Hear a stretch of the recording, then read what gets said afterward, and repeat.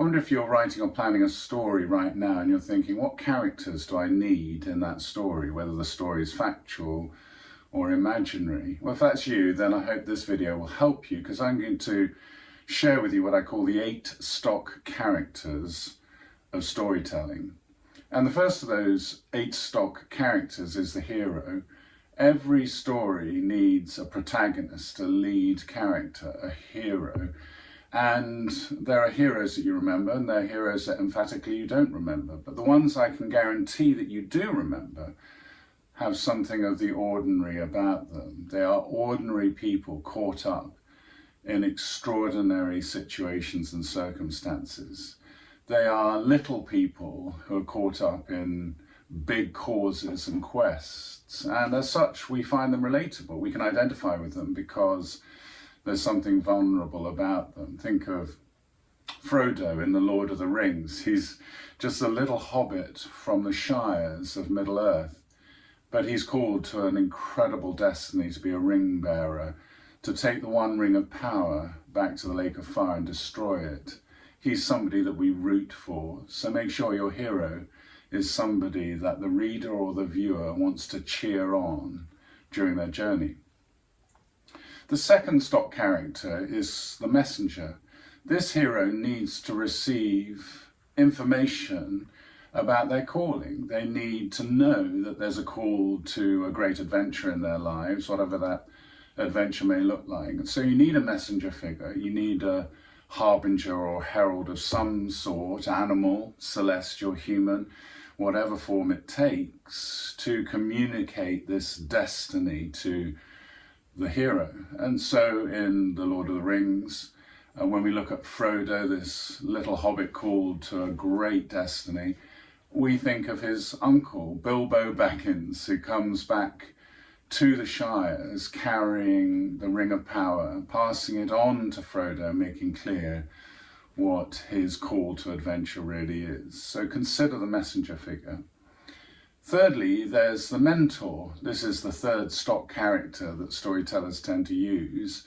And the mentor tends to be somebody older and wiser than the hero, somebody who exists in the story to impart wisdom, whether that's human wisdom or otherworldly wisdom, and sometimes also to give gifts and a sense of the hero's destiny, to comfort and encourage along the way.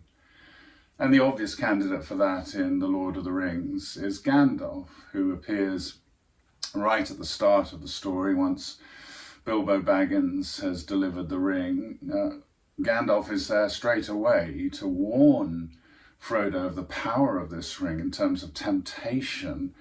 And he's there throughout most of the journey, not all, of the first story, The Fellowship of the Ring, to continue encouraging and cheering Frodo on the way. So you need a mentor figure usually in a great story.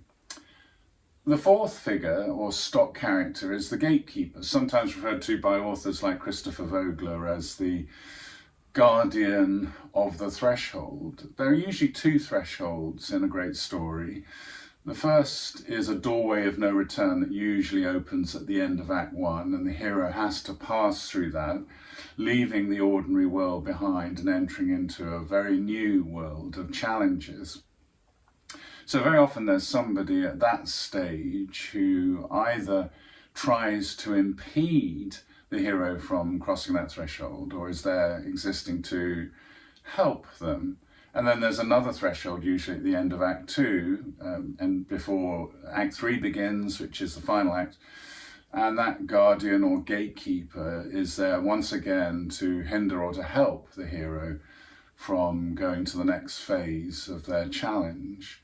And in The Lord of the Rings, The Fellowship of the Ring, once Gandalf disappears from the scene, around about 2 acts into the story, a new threshold guardian or gatekeeper appears, and that's Galadriel, who's like a queen of the elves, and she is the one who makes clear what Frodo's destiny is to him. He's oscillating, he's lonely, he's fearful, and he doesn't really want to do it, this quest, but Galadriel says it's small people like you who change the course of the future. And then after that, Frodo's over the threshold, he's through the gate, through the portal into the next phase. The fifth stock character is called the adversary, sometimes referred to as the shadow. And of course, in every great story, there's got to be some source of conflict and tension, and especially if the hero is going to face tests and trials in the second act of the story, then that adversary is a very important element and source of those times of great difficulty, those obstacles. In The Lord of the Rings, in the Fellowship of the Ring, it's not so much a human being, but it's the spirit of the Dark Lord Sauron that is the adversary to Frodo as he tries to fulfill his mission. And that dark spirit invests and inhabits the orcs and other human characters trying to thwart Frodo. So you do need conflict, both external to the hero and internal to his or her life, and the source of that needs to be some dark spirit, some adversary like Sauron. The sixth stock character of storytellers is the shapeshifter. This is a person who appears to be one thing but turns out to be quite another. And this shape-shifting, again, can be external or internal. It can be external in the sense that a character can change the way they look, or it can be internal in the sense that a character can change the way they behave, in the sense that they have changed their beliefs about the hero. I'll give you some examples from Frodo's story. So there's Strider, who Frodo meets at the Inn of the Prancing Pony, and Strider looks like he's a spy working for the dark spirit of Sauron, but actually he's Aragorn, and that's one of the most important helper characters and friends that Frodo has in his story. So that's an example of a kind of external form of shape-shifting, but then internal would be Boromir, one of the 9 characters called to, with Frodo, take the ring and destroy it. Boromir is a person who kind of changes from one way of looking at Frodo to another. So initially he's very supportive, he's a benign character, but then he becomes obsessed, fascinated with and tempted by the ring, and his attitude begins to change internally, and therefore his behaviour begins to look different externally as well. So shapeshifters are really effective stock characters in storytelling.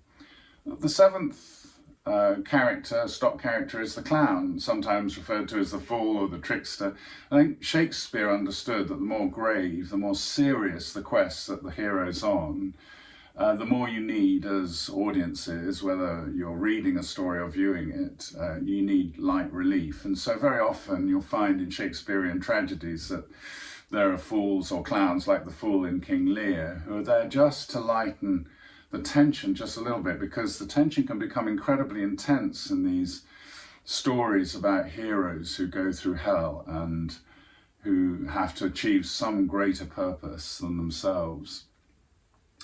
And so if you're thinking of clowns and figures like that in The Lord of the Rings, I guess that role would be fulfilled by Pippin and Merry, who are little hobbits who are always obsessed, seemingly, with their tummies and what they're going to eat next, and second breakfasts and so on. And that kind of lightens the mood and the tension when there are dark riders about and there's a lot of conflict in the air and a lot of peril growing, like dark clouds looming and lowering over the hero's journey. Those sorts of characters help to bring a little bit of comedy into what otherwise would be quite a tragic mood. And that also leads to the eighth and final stock character, which is the friend. Every hero really needs a friend, a great friend, preferably, or friends plural, because sometimes, like Harry Potter, you can have 2 friends.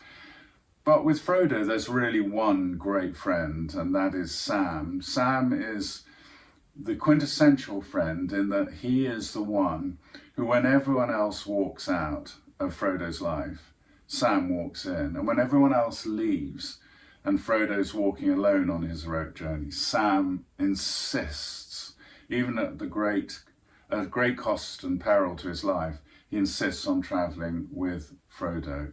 What a friend Sam is. So there's your 8 stock characters. There's the hero, there's the messenger, there's the mentor, there's the gatekeeper, there's the adversary, there's the shapeshifter, there's the clown, and there's the friend. Now, this isn't supposed to be a formula.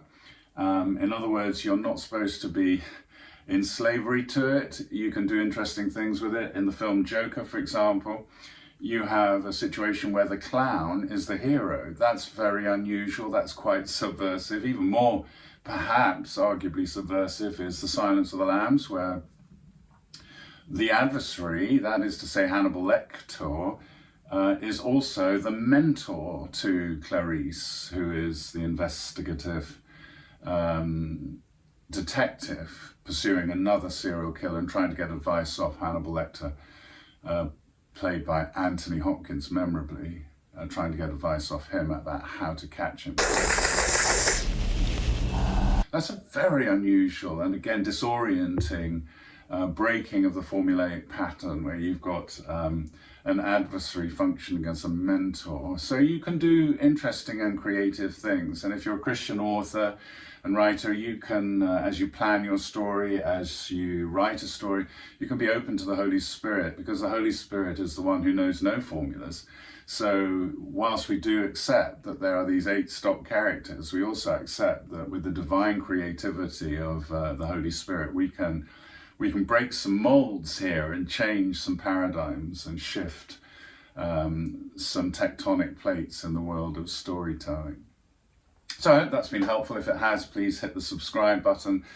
Please also press the like button. Share this with other Christian writers and authors and friends, and writers generally, because even though I'm doing this from a faith perspective, I'm sure many of the principles will apply right across the board, whether you're a writer of faith or not. And in the meantime, for those of you who are kingdom writers, then please continue to write in the light, and let's all seek to live luminously and write radiantly to the glory of God. Bless you guys.